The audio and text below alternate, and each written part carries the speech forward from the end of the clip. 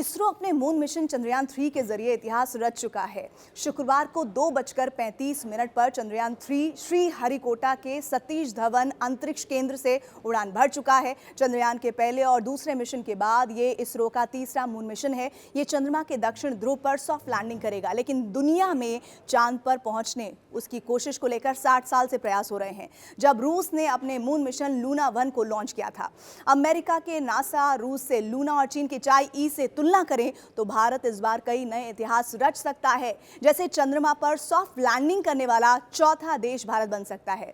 आइए बताती हूं कि अमेरिका, रूस और चीन के मून मिशन से कितना अलग है चंद्रयान-3। रूस का लूना मिशन सबसे पहले जानकारी देने वाला मून मिशन। रूस ने पहले मून मिशन की शुरुआत लूना से की। 2 जनवरी 1959 को सोवियत संघ रूस ने लूना 1 अंतरिक्ष यान से इसकी शुरुआत की। ये चंद्रमा के पास पहुंचने वाला पहला अंतरिक्ष विमान था, लेकिन बड़ी सफलता दूसरी बार लूना 2 मिशन से मिली। पहली बार चांद की कक्षा में रूस का पहला कृत्रिम उपग्रह पहुंचाया गया और इसने चांद की सतह के बारे में बहुत सारी जानकारी इकट्ठा की। बताया जाता है कि वहां किसी भी तरह का चुंबकीय क्षेत्र नहीं था और इसके तुरंत बाद रूस ने लूना 3 लॉन्च किया, जिसके जरिए यह पता चला कि चांद पर बड़े बड़े गड्ढे हैं। रूस ने अपना आखिरी मून मिशन लूना 24 को 1976 से लॉन्च किया था और इस मिशन के जरिए वैज्ञानिकों ने चांद से 170 ग्राम मिट्टी जुटाई और अब रूस अपना अगला मून मिशन लूना 25 लॉन्च करने की तैयारी कर रहा है। इसके साथ ही नासा ने मून मिशन की शुरुआत सर्वेयर प्रोग्राम से की। 1966 से 1968 के बीच ये प्रोग्राम चला और इस प्रोग्राम के तहत नासा ने 7 मानव रहित विमान भेजे। चंद्रमा पर सॉफ्ट लैंडिंग के बाद मिट्टी के नमूने जुटाए गए और इसके बाद अमेरिका ने अपने अपोलो मिशन के जरिए पहली बार अंतरिक्ष यात्री चांद पर उतारे। 1969 में लॉन्च हुए अपोलो 11 के जरिए पहली बार अंतरिक्ष यात्री चांद की सतह पर उतरे। ये अंतरिक्ष यात्री थे नील आर्मस्ट्रांग और बज एल्ड्रिन। हालांकि 1970 के अपोलो 11 मिशन में विमान के ऑक्सीजन टैंक में विस्फोट हुआ और इसे रद्द कर दिया गया और इसके बाद अपोलो 13, 14, 15 और 17 को लॉन्च किया गया, जिसके जरिए चांद से जुड़ी कई जानकारियां जुटाई गई। इसके साथ ही चंद्रयान-3 से अमेरिका का किस तरह से फायदा होगा। अब नासा को 2025 में लॉन्च होने वाले अपने मून मिशन आर्टेमिस मिशन से ही है।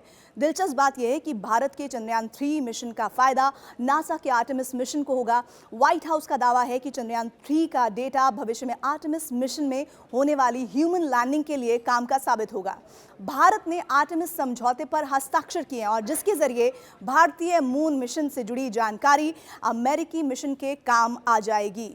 अब बात करते हैं चीन के चांग-ई 5 की, जो 40 सालों में पहली बार चांद से नमूने लेकर लौटा। चीन ने अपने मून मिशन चांग-ई 4 को 2019 में लॉन्च किया था। ये मिशन सफल रहा था। मिशन के जरिए चंद्रमा की संरचना के बारे में कई जानकारियां हासिल की गई थी और इसके बाद 23 नवंबर 2020 से 16 दिसंबर 2020 तक चांग-ई 5 मिशन चला। पिछले 40 सालों में ऐसा पहली बार हुआ जब कोई देश की चांद की सतह को खोदकर वहां से नमूने लेकर लौटा था और इस मिशन को इसलिए खास बताया जा रहा है क्योंकि जो नमूने लिए गए थे वो सिर्फ चंद्रमा के अध्ययन लिहाज से ही नहीं, बल्कि मंडल और चट्टान जैसे ग्रहों के लिए स्टडी के लिए भी महत्वपूर्ण बताए गए हैं। भारत के मिशन की बात करते हैं। भारत का मिशन चंद्रयान-3 वो पता लगाएगा जो अमेरिका, रूस नहीं कर पाए हैं। इसरो आज मिशन चंद्रयान-3 को लॉन्च कर चुका है, लेकिन पहले मिशन की शुरुआत 22 अक्टूबर 2008 को हुई थी। चंद्रयान-1 के दौरान विमान ने चंद्रमा के चारों ओर 3400 से ज्यादा चक्कर लगाकर चौंकाया था और चंद्रमा पर पानी है इसके संकेत भी दिए। 22 जुलाई 2019 को इसरो के चंद्रयान-2 ने उड़ान भरी। भारत चंद्रमा पर सॉफ्ट लैंडिंग करने वाला दुनिया का चौथा देश बनने वाला था, लेकिन लैंडर से संपर्क टूट गया और मिशन सफल नहीं हो पाया। लैंडिंग नहीं हो पाई, लेकिन इस बार बहुत सारी उम्मीद है। अब एक बार फिर इसरो चंद्रयान-3 के साथ चांद पर इतिहास रचने के लिए तैयार है।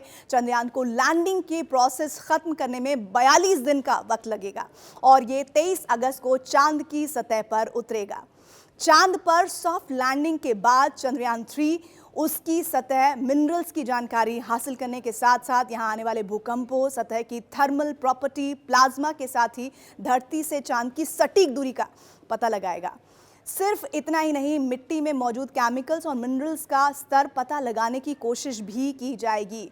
देश की इन तमाम जानकारियों के बीच सबसे बड़ी बात यह कि अगर ये मिशन सफल रहता है तो भारत की उपलब्धियों में एक बड़ी उपलब्धि जुड़ जाएगी। आपको ये जानकारी कैसी लगी, ज़रूर बताइएगा।